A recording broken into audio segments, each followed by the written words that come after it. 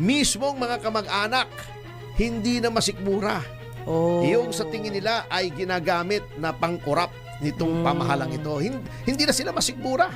Si Amy, di na sila masikmura.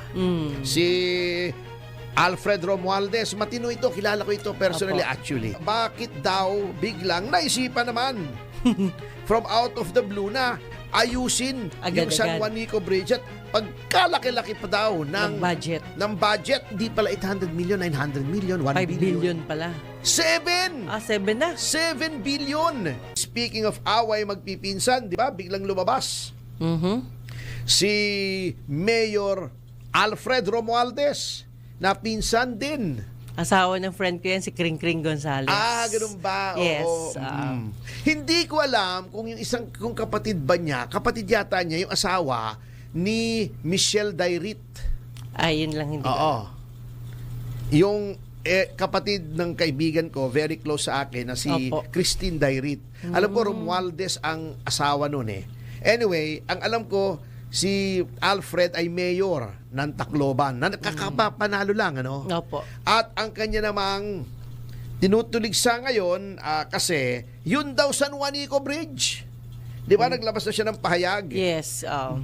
Bakit daw biglang naisipan naman from out of the blue na ayusin yung San Juanico Bridge at pagkalaki-laki pa daw ng budget. Hindi daw niya maintindihan, ang original estimate daw ay 800 million, naging 5 million ba? 5 billion! Wow. Ano ba yun? Tignan nga natin kung 800 million, naging 7 billion. Baka lalagyan ng mas maganda. Oo nga, pero additional. sabi nga niya, wala naman daw problema. Pero sabi niya, paki-explika. Ayun. Bakit? Kasi, sino daw nagsagawa ng pag-aaral na dapat sarhan sa malalaking mga sasakyan ang San Juanico Bridge? Yun. Kasi parang, ang kanya lang naman, kulang ng paliwanag eh. Opo. Bakit nananahimik yung bridge doon? Di ba? Ginagamit naman. Bigla na lamang, whoops! Sira yung bridge. Pagawa natin. In-estimate. 800 million. Di pagagawa, no? Pagkatapos kabala-mala, uy, hindi na pala 800 million, mali pala kami. Siyempre, pag nagkamali ka ng estimate, siyempre, kung 800 million, tumaas man ng konti, di ba? 900 million, hindi pala 800 million, 900 million, 1 5 billion. billion pala. 7! 7 na? 7 billion! Wow. Biglang, nagkamali kami ng estimate. Ang mali yung kalkulasyon namin, hindi pala 800 million. Magkano pala? 7 billion. Grabe. Ang laki namang pagkakamali noon. Hindi ba marunong, anong pinangkwenta? Hindi, mahal kasi materials ngayon, sir. Kahit na, pag nag-estimate ka, contractor ka, maaaring magkamali ka, konti lang. Kahit paano mahal ng, anong ginamit mo? Di estimate puwet yun.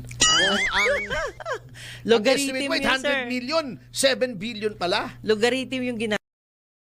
Mo namang kontratista, paano kang kumikita? Estimate ka 800 million, 7 billion pala. Anong klaseng contractor ka? Anong klaseng consultant ka? Anong klaseng expert ka kung ang estimate mo 800 million, 7 billion pala? Baka sinakyan yung EDSA, hindi kaya? Sabay sila sabay isasara sana. Yun nga sinasabi natin, supposedly, diba? Parang ginagamit na last 2 minutes ng administrasyon na para kumita. Di ba yun nga ang parang implication ng sinasabi ni Mayor Romualdez? Napansin ko lang. Hindi, talagang sabay Bago, hindi lang napakalaki, sasarhan mo pa yung bridge. Kaya nag-state of emergency ang Tacloban City. Can you imagine? Bakit? Wala nang pumapasok na pagkain, walang pumapasok na gasolina, walang pumapasok na mga supplies. Anong klase yun? Basta walang sasarhan. Di ba? Bago sasabihin, hindi, iroro nyo na lang. Mas mahirap mo, mas matagal, mas mahal ang roro. Correct. Kasi, common sense naman yung bridge, tuloy-tuloy ka gano'n. Yung roro, sasakay mo, aayusin mo, nakalutang yun, di ba? Pag medyo malakas ang alon, mabagal. Pag medyo maalon, hindi mo pwedeng iroro. Mahirap Hindi substitute yung roro. Tama po. Di ba? Opo. Bago pagkalaki-laki pa. So, mismong mga kamag-anak, hindi na masikmura. Yung sa tingin nila ay ginagamit na pangkorap nitong pamahalang ito. Hindi na sila masikmura. Si Amy, di na sila masikmura. Si Alfred Romualdez, matino ito. Kilala ko ito personally actually. Dahil nga, doon sa kapatid ni Christine Dairit, maayos na tao. Di ba? So yun ang istorya dyan. Sila na mismo. Hindi na magkasundo, hindi na nasisikmura yung ginagawang kapwitan ng kasalukuyang administrasyon. At sa notang, alam mo, maraming mga mga alitan ng magkakapatid, magkakamag-anak, ha? Uso ngayon yan, sir. Oo nga, kitab to. Yung nababalitaan natin na si Senator Amy pala, bakit ayaw? Si Senator Amy pala ay tinutulak. Hindi tinutulak na yung ayaw ni Pangulong Duterte na tulak, ha? Hindi, yung tulak na yun. Tinutulak para maging Senate President. Di ba? Kung magkakaganon ay for the first time ang executive Marcos, ang legislature, ang House ay pinsan ni Marcos, ang Senate, ang leader, kapatid ni Marcos. Puro Marcos na naman. Pero alam naman natin na ang mangyayari dito kung ito ay matutupad ay magkakabanggaan si Amy at saka si Speaker Romualdez. Sapagkat siyempre kung ikaw ang Senate President, kontrolado mo yung mga proceedings sa Senate to a greater or lesser extent. At siyempre naroon sa ngayon yung question ng impeachment. Di ba? Mainit na tinatalakay, di ba? Kung napanood mo yung debate. Yes. Between si Coco Pimentel at si Senate President Cheese Escudero, kung saan tinutulak ni Coco Pimentel yung impeachment. Ayon namang schedule agad ni Cheese at inaargumento rin. Sabi ni Senator Coco, siyempre bilisan yung asawa niya si Katrina special envoy. Nakalagay na. Special envoy. Special trade envoy to the United Arab Emirates. Wow. Diplomatic position, di ba? Maganda yun, yung babae na yun. Yun. Kaya bumaliktad ang Coco. Di ba? Natalakay na natin yan. May rason. Lalong-lalo na ngayon, wala siyang gagawin ng 3 taon. Natalo siya. Kasi olats siya sa Olats. Sa Marikina. So, yun nga, sinasabi naman ni Tolentino, ni Senator Tolentino, na hindi na pwedeng itawid sa 20th Congress. Maganda rin yung mga argumento na ibinigay niya. Sabi nga lang ng mga botante, bakit ngayong ka lang? Bakit?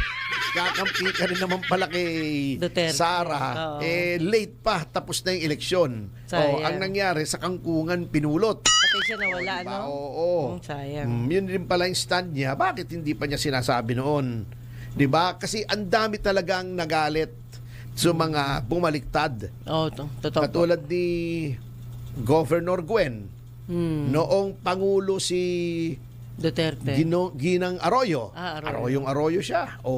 Kay Duterte. Pagkatapos, pag wala na sa poder, iniiwanan na niya. Ayaw ng mga tao doon Mga loyal yung mga Bisaya sila nga ang unang-unang lumaban sa mga banyaga, di ba? Si Lapu-Lapu. Di ba? Hindi, di ba? Talagang very proud race yan. Kaya ayaw nila ng ganon, yung pabali-baliktad. Hindi, hunyango yun, di ba? Hunyango, paiba-iba yung kulay. Yes, ayaw nila ng ganon. Yun ang nangyari. So, yun din ang nangyari kay Senator Tolentino, di ba? Ang dami. Ang daming mga bumaliktad na pinarusahan. Pinarusahan, Sayang. Eto, may 4 daw na senador na kumakausap sa kanya na siya ay mag-Senate President. Oo. Kayo, sa palagay niyo, attorney, anong tingin niyo? Ewan ko, bahala ang Senado. Kung baga sa kwan bahay nila yun, ba't pakikialaman natin? Pero may isa pang contender. Actually, magiging three-way fight. Kung sakasakali. Kasi gusto rin ng dating Senate President na makuha ang kanyang dating trono. Si Vic Soto. Hindi si Vic. Si Vic Soto tuloy. Vic Subiri. Yeah.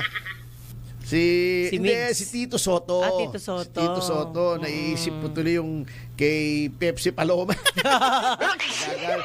Hindi. Pinagtanggol ko si Vic Soto ron, ha? Opo. Oo, pinagtanggol ko siya. Oo. So, magiging three-way fight. Si Chis Escudero, syempre, gusto niyang siya pa rin ang Senate President. Opo. Baka hatakin ni Heart Evangelista yung kanyang hikaw pagka natanggal siya, di ba? Baka tanggalin din yung hikaw niya.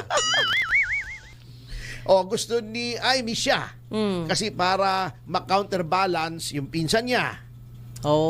And then gusto ni Tito Soto siya kasi dati na siyang Senate President at in fairness, maayos naman ang pamamalakad kapag siya ay Senate President. Kumbaga, nasa gitna lamang siya lagi. Opo.